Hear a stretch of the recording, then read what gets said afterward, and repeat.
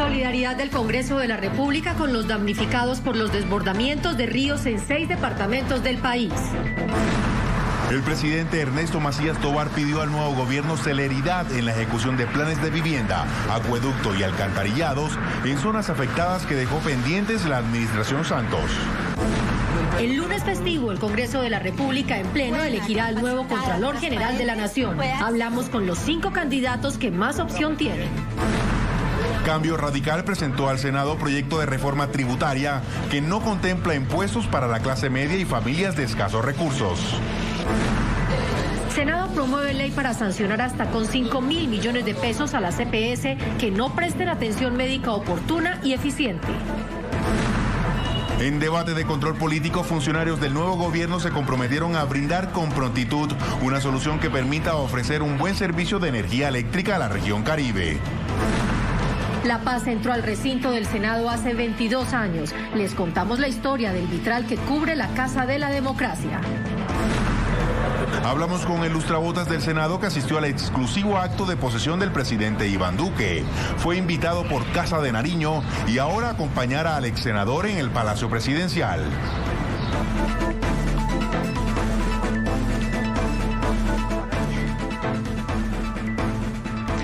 Parlamentarios de los partidos con mayor participación en el Congreso atendieron la invitación del presidente de la República, Iván Duque, a la Casa de Nariño para buscar un gran acuerdo en torno a temas de interés nacional. En las últimas horas, el jefe de Estado recibió por separado a cada bancada para hallar un consenso sobre proyectos sensibles para el país en lo social, económico y en las relaciones internacionales. En las últimas horas empezó a articularse un trascendental acuerdo político legislativo en Palacio de Nariño para superar la polarización y los problemas económicos de inseguridad, emergencia invernal y la muerte y amenaza a líderes sociales, entre otros. El presidente Iván Duque convocó a los partidos políticos tradicionales por primera vez para facilitar la evacuación de la agenda legislativa con impacto económico, social y político. Se le hizo un repaso rápido como corresponde por el tiempo a toda la agenda, tanto la legislativa como la agenda de gobierno. En la reunión se plantearon los alcances de la reforma política, la reforma a la justicia, donde la dosis mínima de estupefacientes y la penalización de delitos comunes tendrán prioridad. El proyecto del fiscal general de la Nación sobre la dosis mínima, respaldarlo, delitos conexos de secuestro y narcotráfico, eliminarlos como delito conexo a la política a futuro. De manera que fue un diálogo importante de bancada y nos ha pedido que nos declaráramos bancada de gobierno. Nosotros hemos obrado y obraremos de la manera más constructiva posible porque queremos que el país le vaya bien, que el país acierte. Y eso significa, en muchos casos, actuar con independencia, con criterio constructivo, pero también recordándole a cualquier gobierno, porque para eso es un Congreso. La cumbre parlamentaria con el gobierno nacional definió los graves problemas fiscales y presupuestales del Estado, siendo una de las medidas del Ejecutivo prohibir la financiación estatal a pautas publicitarias en medios de comunicación, donde se registra un déficit de 2,3 billones de pesos. Porque estas reuniones van a ser muy periódicas para que podamos tener un diálogo permanente entre lo que la ciudadanía está pensando y el gobierno puede empezar a ejecutar para cumplir el plan de gobierno del presidente Iván Duque. Los senadores de Centro Democrático, Cambio Radical, la U, Conservador y así debatieron igualmente con el presidente Duque el futuro de la Sala Especial para los Militares en la JEP y el actual estancamiento del proceso de paz con la guerrilla del ELN. A muy pocas cuadras de la Casa de Nariño, el senador y expresidente Álvaro Uribe se reunió de manera separada con los exmandatarios César Gaviria y Andrés Pastrana para hallar acuerdos en temas específicos de la agenda legislativa. Hay un acuerdo para mirar toda la agenda legislativa, procurar darle un gran impulso a la agenda legislativa, con prioridades en el tema de lucha contra la corrupción, aprobar eso mejorándolo y complementándolo a la mayor brevedad. El presidente del Congreso de la República, Ernesto Macías Tovar, expresó su solidaridad con los miles de damnificados por la temporada de lluvias que afecta a 6 departamentos del país. Una gran cruzada parlamentaria para ayudar a los damnificados por el invierno en Putumayo, Vichada, Guainía, Córdoba, Tolima y Santander fue anunciada desde el Congreso de la República. La grave situación que afrontan cerca de 55.000 colombianos por el desbordamiento de varios ríos generó, además de la solidaridad del presidente del Congreso, Ernesto Macías, el anuncio de un paquete legislativo que en conjunto con el gobierno del presidente Duque se pondrá en marcha para atender a quienes lo perdieron todo. Del gobierno hemos sabido que están estructurando proyectos en ese sentido. Yo pienso que es urgente ya el deterioro del ambiente. Todo esto contribuye a lo que está pasando y hay que resolverlo lo más pronto posible. El presidente del Senado le insistió a gobernadores y alcaldes poner en marcha los planes de prevención y mitigación de riesgos. Aseguró que en el caso de Putumayo, las obras de infraestructura por el desbordamiento de los ríos Mocoa, Sangoyaco y Bulatos no se han ejecutado y que ahora el gobierno del presidente Duque deberá incluir en sus prioridades la ampliación de planes de vivienda, alcantarillado, vías públicas y atención sanitaria en las zonas afectadas. Allá no se han hecho las obras de mitigación definitivas que se anunciaron. Los problemas de Mocoa son esas obras, el problema de salud, que incluye acueducto, que incluye hospital, y el problema de vivienda. El gobierno le va a tocar hacer lo que no se hizo en el año anterior. Es un problema muy grave, lo mismo está ocurriendo en otras partes. Son obras de mitigación para evitar lo que siempre pasa con el invierno. El gobierno nacional, a través de Bancoldes, anunció una línea especial de créditos para los damnificados con el fin de recuperar locales comerciales y pequeños negocios que se han visto afectados. El IDEAM advirtió sobre nuevas lluvias y pidió a los pobladores de las zonas ribereñas estar pendientes de las alertas emitidas por la entidad.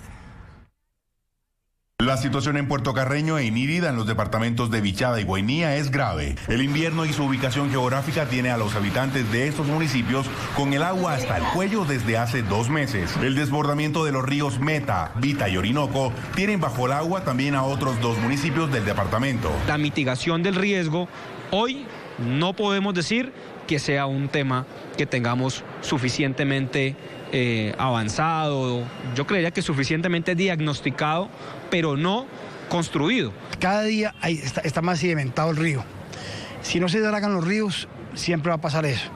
No podemos construir diques y construir barras de contención, pero son kilómetros de río. El senador Eduardo Enríquez Maya, de Nariño, y quien fue gobernador del Putumayo, pidió atención urgente para estas zonas afectadas.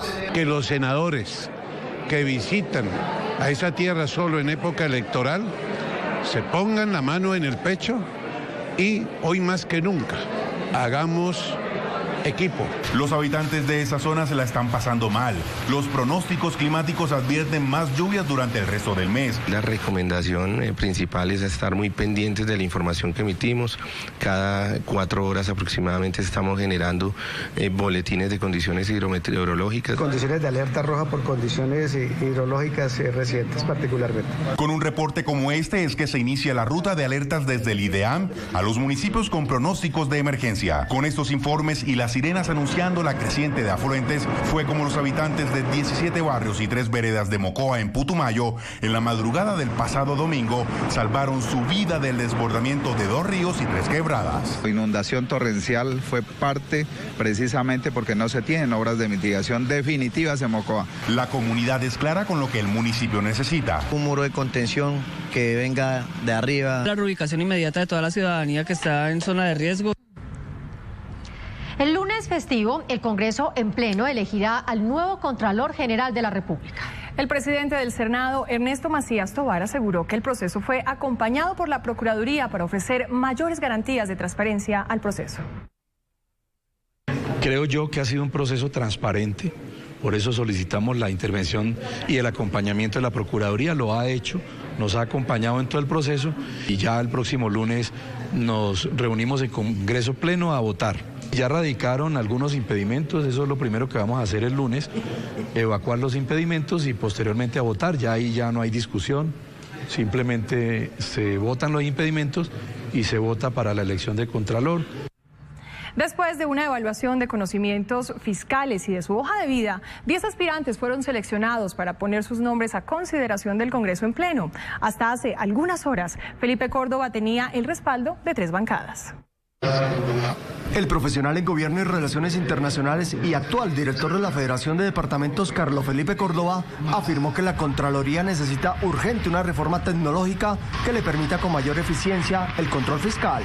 Con esos sistemas transaccionales pudiésemos saber con claridad cuándo y dónde pudiesen hacer ese desvío del recurso público, esa alerta se prenda y podamos rápidamente poder acceder con oportunidad a las herramientas del control fiscal. Para el ingeniero civil y presidente de la Federación Nacional de Ganaderos, José Félix Laforí, la Contraloría debe fortalecer el control previo y las auditorías internas en entidades públicas y privadas para evitar casos de corrupción. Yo creo una Contraloría preventiva y propositiva, en línea y en tiempo real, que persiga así al criminal, al que roba los recursos, pero más que ello que le cierre los espacios evidentemente a la corrupción.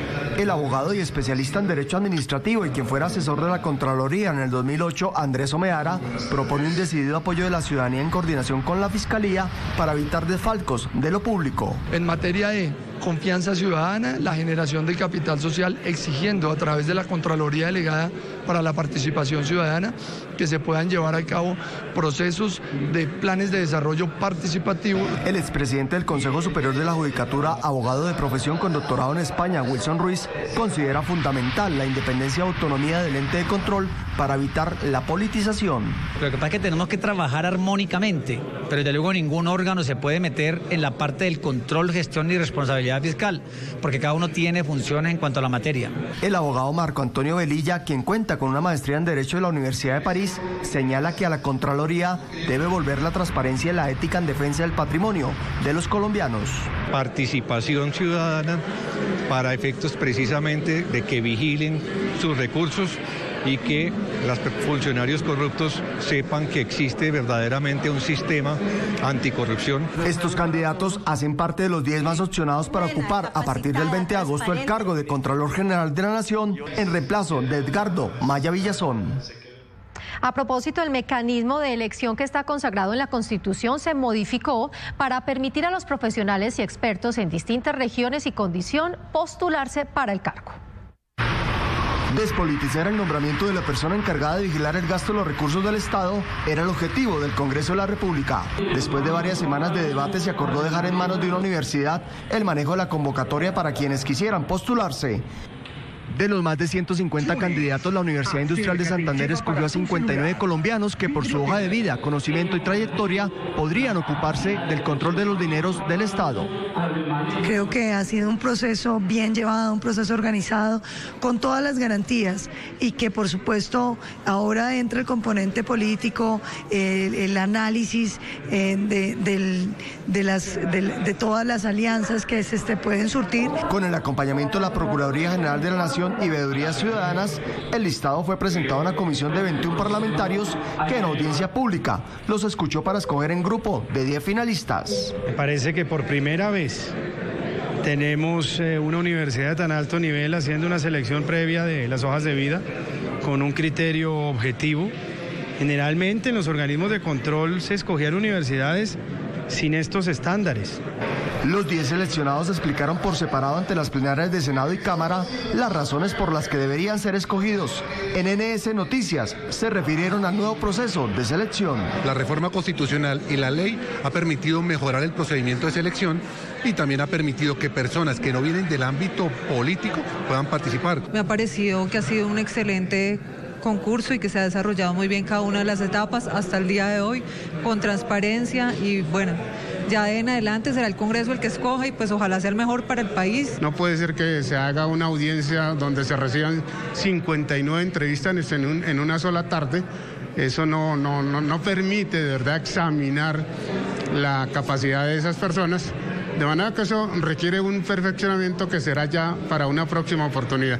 De acuerdo al procedimiento de selección y luego de ser escuchados los candidatos, el Senado de la República deberá promulgar en los 5 días siguientes el listado oficial de los más opcionados, plazo que se cumple este 20 de agosto, fecha en la que el Congreso en pleno votará nominalmente para elegir al nuevo Contralor General de la Nación.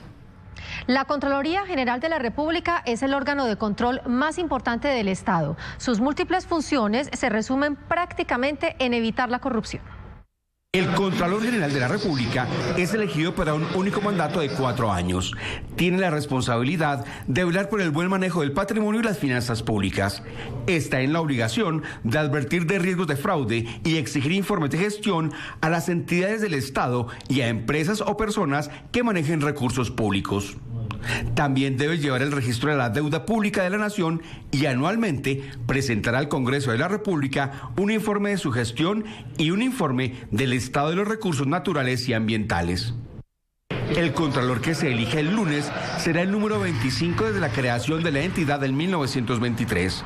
Antes de la República, el control del gasto era vigilado por el Tribunal de Cuentas de Santa Fe de Bogotá, creado en 1604. Y el partido Cambio Radical se le adelantó al gobierno nacional y radicó su propio proyecto de reforma tributaria, con el cual pretende recaudar 3.500.000 millones de pesos. No contempla impuestos para la clase media ni para los trabajadores. La iniciativa legislativa presentada por el partido Cambio Radical busca, por un lado, aumentar los ingresos de la nación, eliminando las exenciones y beneficios tributarios, y por otro, brindar estímulos a las empresas para la generación de nuevos empleos.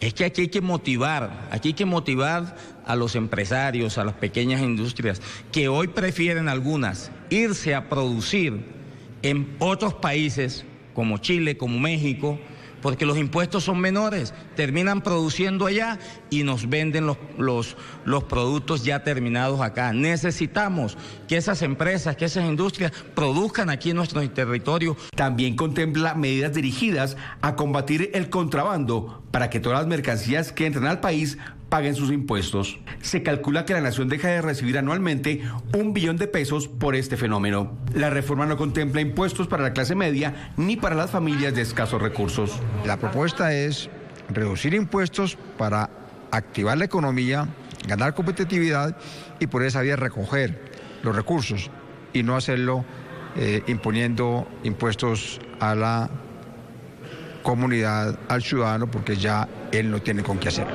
Con esta reforma tributaria se espera recaudar un monto cercano a los 3.5 billones de pesos al año. El proyecto de reforma tributaria fue diseñado por Santiago Pardo, uno de los más reconocidos economistas del país. Avanza la campaña por la consulta anticorrupción que se realizará el próximo 26 de agosto. Un decidido apoyo a la consulta anticorrupción del 26 de agosto reiteraron senadores de diversos partidos políticos, quienes invitaron a los colombianos a hacer parte de este proceso que contiene 7 preguntas sobre la reducción del salario a altos funcionarios del Estado, cárcel para corruptos, contratación de pliegos tipo, rendición de cuentas y elección hasta de 3 periodos en corporaciones públicas. Vamos a invitar a nuestros amigos a salir a convocar a que salgan a votar en la consulta.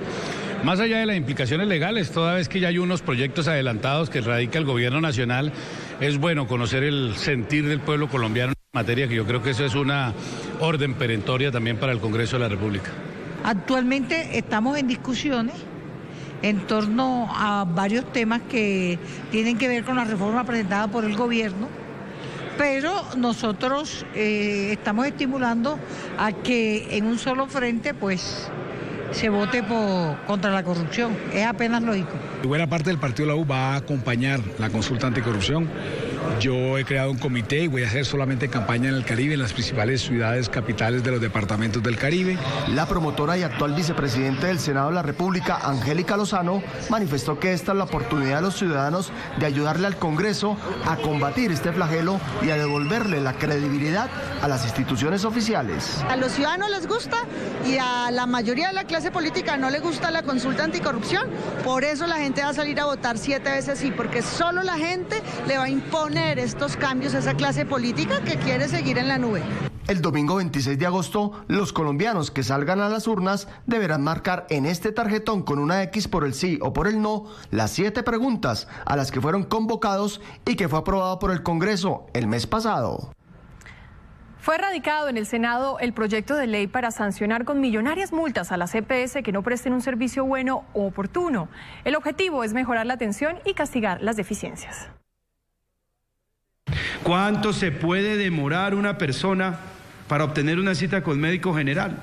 ¿15 días? ¿Con odontología? ¿20 días? Para frenar esta serie de irregularidades en la atención médica en todo el país, un grupo de parlamentarios radicó un proyecto de ley con el que se crean sanciones a las EPS por demoras en la prestación del servicio. También habrá estímulos económicos para aquellas EPS que demuestren eficiencia en los tiempos de atención. Esta ley cambia eso. Es un revolcón que las malas EPS y que las malas entidades prestadoras de servicios de salud las llevemos a la quiebra, cierren, que estas multas las lleven a cerrar sus puertas y que las buenas, las que prestan un buen servicio, como van a recibir recursos adicionales, puedan ampliar los servicios que prestan. El dinero obtenido por las sanciones impuestas financiará el Fondo de Recursos de la Calidad en Salud, que se encargará además de girar los recursos que se pagarán en compensación por el buen servicio. Con el respaldo de la Iglesia Cristiana, el partido Colombia Justas Libres es otro de los nuevos movimientos que llega al Congreso de la República. 3 son sus pilares de trabajo legislativo. Transparencia, adulto mayor y educación son los 3 temas sobre los que trabajará la bancada del partido Colombia Justa y Libre, que por primera vez llega al Congreso de la República. Falta una ley estatutaria que reglamente el disfrute de ese derecho en todos los niveles de educación, primaria, secundaria y terciaria. Segundo, la necesidad de ampliar la cobertura de la universidad abierta y a distancia. El senador Edgar Palacio promoverá una ley para que los departamentos y los municipios del país destinen parte de sus recursos para subsidiar la pensión del adulto mayor desprotegido. Muchos de ellos son ciudadanos decentes que trabajaron toda la vida, pero llegaron a su vejez en un estado de informalidad y hoy están desamparados sin familia. Otro de los grandes desafíos del nuevo partido es impulsar una reforma constitucional para atacar la corrupción. Por eso creemos que cuando el presidente de la República actual presente su proyecto de reforma constitucional, nosotros pensamos como Colombia Justa Libre aportar ese proceso. No solamente para mirar más allá de la justicia, sino también para acabar con el clientelismo, la burocracia y la corrupción en la administración pública y administración de justicia. A la posesión del presidente Iván Duque la semana pasada asistió uno de los personajes que trabaja en el Capitolio y Kelina habló con él. Se trata precisamente de Jairo Humberto Rodríguez, el lustrabotas que lleva 27 años ejerciendo su oficio en el Senado y ahora desea trabajar en la Casa de Nariño. Él es Jairo Humberto Rodríguez y trabaja en el escenario donde la democracia y las leyes son las protagonistas, el Congreso de la República. Es uno de los colombianos que más conoce el legislativo. Recorre a diario los pasillos del Capitolio bajo el ambiente de saludos de quienes lo conocen por años. Y es el único que sin votos tiene asiento permanente en el Congreso. Soy ingeniero embellecedor de calzado. Al Congreso llegué en el 91 y actualmente llevo 27 años lustrando en el Congreso de la República. Apunte de betún y apunte de dar tintos, mi esposa, mis hijos son profesionales. Con nombres y apellidos recuerda a cada uno de los líderes nacionales y mundiales que ha tenido en primer plano, bajo su pañuelo y con el privilegio de una conversación. He estado al pie de personajes importantes como el presidente de España, José Luis Rodríguez Zapatero, como Vicente Fox de México, como Sebastián Piñera de Chile. El maestro Fernando Botero tuve la oportunidad de ilustrarlo, el cual no me pagó. Le dije, doctor, hágame algo. Entonces cogió la cajita y me hizo aquí en la caja un dibujito y me la firmó. Su calidad humana le ha valido el reconocimiento del Senado de la República y el aprecio personal de muchos legisladores. Tras casi 30 años de pulir la imagen de cientos de personajes de la vida pública, una invitación despertó su más grande sueño. La sorpresa más grande que he recibido es cuando me llamaron de la oficina del presidente Iván Duque y me dijeron, Jairo, usted es invitado especial a la posesión. Por favor, el presidente quiere que usted por favor venga por la invitación. El cual fue y lo acompañé a la posesión del presidente Iván Duque. Nadie creía que nosotros humildes fuéramos invitados por un presidente de la República a la posesión. Y yo aspiro algún día a estar allá, ilustrando al presidente de la República. La cúpula del recinto del Senado conserva una de las obras más importantes del maestro Enrique Grau. Se trata del Vitral de la Paz. Una colorida expresión de unión y de reconciliación. Con esta nota los invitamos a nuestra emisión de la próxima semana. ¿Nos vemos? Claro que sí, nos vemos. Si Sin tratados, sin diálogos y sin partes en conflicto, se instaló hace 21 años la paz en el Congreso de la República. Llegó para quedarse y lo hizo de la mejor manera, a través del arte. El vitral de la paz, obra del artista Enrique Grau, adorna la cúpula interior del recinto del Senado. Su historia e iconografía representan unión, esperanza y reconciliación. En el vitral de la paz nosotros tenemos 3 elementos importantísimos. El primero es todo lo que está rodeando el vitral, unas hojas de laurel amarillas, azules y rojas. Esas hojas están rodeando a 6 diferentes manos que tienen varias particularidades. La primera es que todas son de diferentes colores, lo que nos puede mostrar diversidad. Como este vitral es posterior a la Constitución de 1991, nosotros podemos hablar de que esa diversidad es diversidad de religiones, diversidad de partidos políticos, diversidad cultural. Y lo que nos muestra que esa diversidad debe servir para algo, es para la unión. Entonces las hojas de laurel están rodeando esa diversidad y esas manos están rodeando un sol. Como un presagio, el mensaje del artista es claro: la paz.